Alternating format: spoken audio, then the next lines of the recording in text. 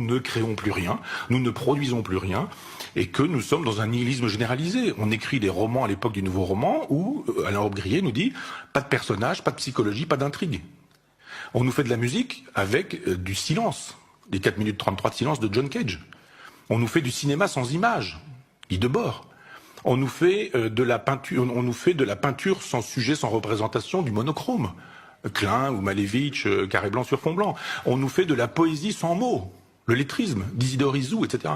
Donc vous regardez, il y a effectivement eu, après 14-18, une espèce d'augmentation du nihilisme, avec le surréalisme qui a joué ce rôle-là, etc. Alors, évidemment, si vous dites une chose pareille, on est tout de suite un réactionnaire, mais on voit bien comment cette invitation à tout détruire, de Tzara, Dada d'abord, puis ensuite de Breton, mais il y avait aussi avant le futurisme et Marinetti, comment tout ça accompagne, ça ne produit pas, mais ça accompagne, on obéit au fameux Zeitgeist de Hegel, l'esprit du temps.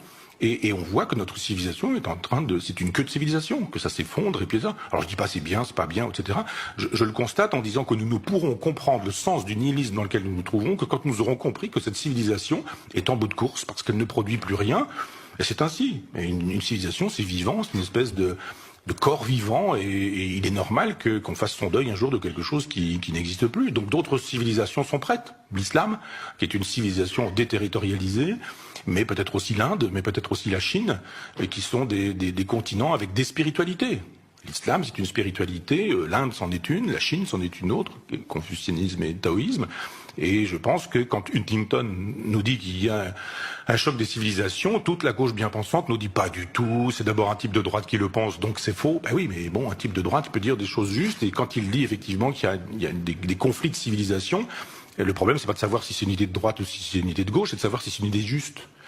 Et aujourd'hui, on commence à dire, certains, moi à l'époque je disais déjà qu'il avait raison, mais certains commencent à dire, ah oui, peut-être qu'il n'a pas totalement tort, mais on va pas complètement le dire, parce que ça voudrait dire qu'on s'est trompé, donc on va pas dire qu'on s'est trompé.